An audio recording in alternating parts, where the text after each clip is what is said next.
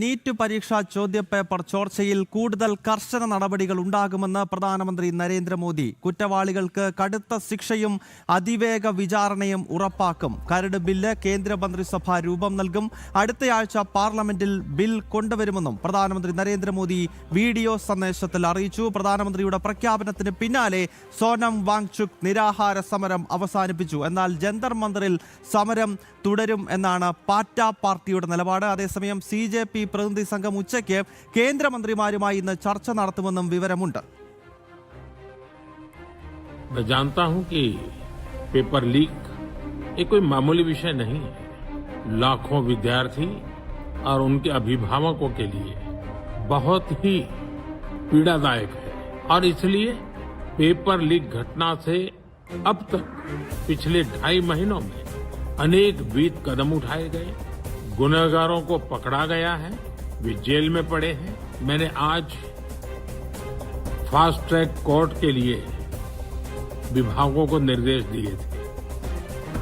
आज विभागों ने लगातार मेहनत करके देर रात मुझे मुसद्दा भी दे दिया. फास्ट ट्रैक कोर्ट और कठोर सजा के प्रावधान के साथ का ये मुसद्दा कल कैबिनेट में चर्चा होगी. कैबिनेट के साथियों के सुझाव के बाद उसका अंतिम रूप दिया जाएगा और सोमवार से संसद का दूसरा सप्ताह शुरू हो रहा है. तब जल्द से जल्द उस बिल को सदन में पारित कराने का प्रयास किया जाएगा. ആദർശ് എസ് ആണ് ഡൽഹിയിൽ നിന്നും ചേരുന്നത്. ആദർശ്, ഇന്നലെ അർദ്ധരാത്രിയിലാണല്ലോ പ്രധാനമന്ത്രി നരേന്ദ്രമോദിയുടെ ഈ വീഡിയോ സന്ദേശം എത്തിയത്. ഇതിന് തൊട്ടു പിന്നാലെ സോനം വാങ്ചുക് നടത്തിവന്ന നിരാഹാര സമരം അവസാനിപ്പിക്കുന്നതൊക്കെ നമ്മൾ ഇന്നലെ രാത്രിയിൽ കണ്ടതാണ്. പക്ഷേ പാറ്റകൾ ഇപ്പോഴും എന്തൊക്കെയോ കാര്യങ്ങൾ പറഞ്ഞുകൊണ്ട് വീണ്ടും പ്രശ്നങ്ങൾ ഉണ്ടാക്കാൻ ശ്രമിക്കുന്നു. ഇന്ന് ഉച്ചയ്ക്ക് കോൺസ്റ്റിറ്റ്യൂഷൻ ക്ലബ്ബിൽ CJPയുടെ പ്രതിനിധികളും കേന്ദ്രമന്ത്രിമാരുമായി ഒരു ചർച്ചയുണ്ട് എന്ന് മനസ്സിലാക്കാൻ കഴിയുന്നുണ്ട്. എന്തൊക്കെയാണ് അപ്ഡേഷൻ ഈ വിഷയത്തിൽ ഇപ്പോൾ വരുന്നത്? ഡൽഹിയിൽ നിന്നും എന്തൊക്കെയാണ് കൂട്ടിച്ചേർക്കാനുള്ളത് ആദർശ്? ഏറ്റവും പ്രധാനപ്പെട്ട ഒരു കാര്യം എന്ന് പറയുന്നത് ഈ ഉച്ചയ്ക്ക് കേന്ദ്ര സർക്കാരുമായുള്ള ചർച്ചയെ സംബന്ധിച്ചിടത്തോളം ഇതുവരെയും ഈ കോക്രോച്ച് ജനതാ പാർട്ടിയുടെ ഭാഗത്തു നിന്നുള്ള ഔദ്യോഗിക സ്ഥിരീകരണം ഉണ്ടായിട്ടില്ല. അവരുടെ സോഷ്യൽ മീഡിയ വഴിയോ അതുമല്ലെങ്കിൽ അവരുടെ വക്താക്കളുടെ ഭാഗത്തു നിന്നോ ഒന്നും തന്നെ ഇത് സംബന്ധിച്ചുള്ള സ്ഥിരീകരണമില്ല. ചില വാർത്താ മാധ്യമങ്ങളാണ് ഈ CJPയുടെ ഉറവിടങ്ങളെ ഉദ്ധരിച്ചുകൊണ്ട് സർക്കാരുമായുള്ള ചർച്ചയ്ക്ക് ഇവർ തയ്യാറായേക്കും എന്ന വിധത്തിൽ ചില വാർത്തകൾ നൽകിയത്. എന്നാൽ കോക്രോച്ച് ജനതാ പാർട്ടിക്കുള്ളിൽ ഇതുമായി ബന്ധപ്പെട്ട് ഇതുവരെയും ഒരു ഏകദേശ ധാരണയിൽ എത്തിയിട്ടില്ല എന്നാണ് നമുക്ക് മനസ്സിലാക്കാൻ കഴിയുന്നത്. കാരണം സർക്കാരുമായി ചർച്ച നടത്തുകയും സമരം പിൻവലിക്കുകയും ചെയ്യുന്നതിനെ ചിലർ ഭയക്കുന്നു എന്നുള്ളതാണ് യാഥാർത്ഥ്യം. കാരണം ഈ കോക്രോച്ച് ജനതാ പാർട്ടിയുടെ ജന്തർ മന്ദറിലെ ഈ ഒരു സമരത്തിലൂടെ മറ്റ് ചില ശക്തികൾ അവരാണ് ഇവരുടെ ഫണ്ടിങ് അടക്കമുള്ള കാര്യങ്ങൾ ചെയ്തുകൊണ്ട് അവർ ചില ലക്ഷ്യങ്ങൾ മുൻകൂട്ടി കണ്ടിരുന്നു.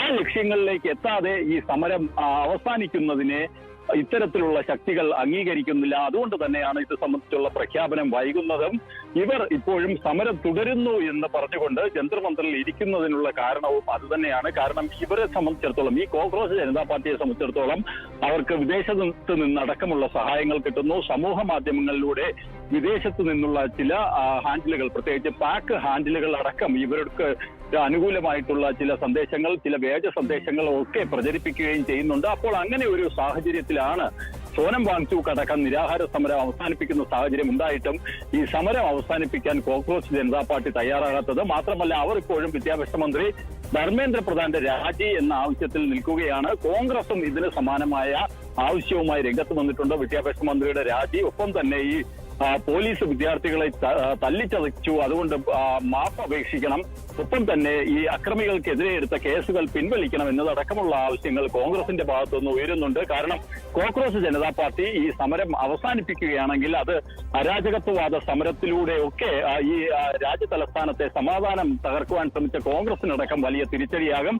അതുകൊണ്ട് കൂടിയാണ് ഈ സമരം ഇപ്പോൾ എങ്ങനെയെങ്കിലും നീട്ടിക്കൊണ്ടു പോവുക എന്ന ഒരു ചിന്തയും കോക്രോച്ച് ജനതാ പാർട്ടിയിൽ ഉടലെടുത്തിരിക്കുന്നത്. അതിന് കോൺഗ്രസിന്റെ അടക്കമുള്ള ഇന്ത്യ സഖ്യത്തിലെ പാർട്ടികളിൽ നിന്നുള്ള സമ്മർദ്ദവും ഇവർക്ക് മേലുണ്ടെന്നാണ് നമുക്ക് നമുക്ക് മനസ്സിലാക്കാൻ കഴിയുന്നത്.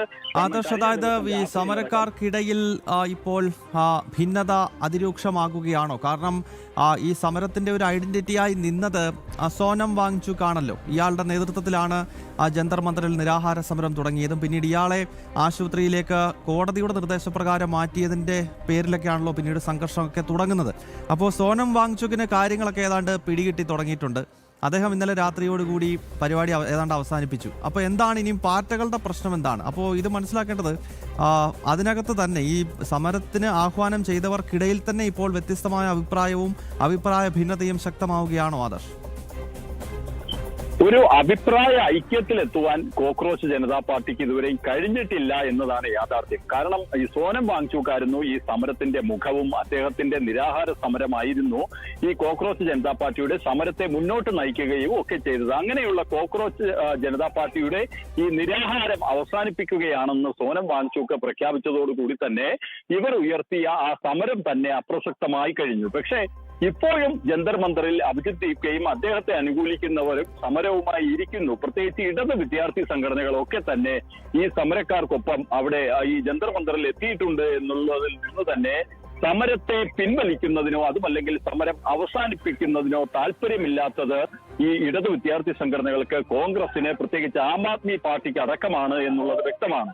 ഈ കോക്രോച്ച് ജനതാ പാർട്ടിയെ നേരത്തെ തന്നെ നിയന്ത്രിച്ചത് ആം ആദ്മി പാർട്ടിയും ഈ നമ്മുടെ ഇടത് വിദ്യാർത്ഥി സംഘടനകൾ, പ്രത്യേകിച്ച് നമുക്കറിയാം ASF, SFI, ഐസ തുടങ്ങിയ സംഘടനകൾ അവരുടെ ഭാഗത്തു നിന്നുള്ള വലിയ സമ്മർദ്ദമുണ്ട്. അതുകൊണ്ട് തന്നെ ഈ ധർമ്മേന്ദ്ര പ്രധാന്റെ രാജി എന്നുള്ള ഒരു ആവശ്യമാണ് കോക്രോച്ച് ജനതാ പാർട്ടിക്കാരുടെ മുന്നിൽ ഇപ്പോൾ ഉള്ള ഏക ഒരു ആവശ്യം. കാരണം മറ്റ് ചോദ്യപേപ്പർ ചോർച്ചയുമായി ബന്ധപ്പെട്ട വിഷയങ്ങൾക്കൊക്കെ കൃത്യമായിട്ട് കേന്ദ്ര സർക്കാരിന്റെ ഭാഗത്ത് നിന്നുള്ള നടപടികളുണ്ട്.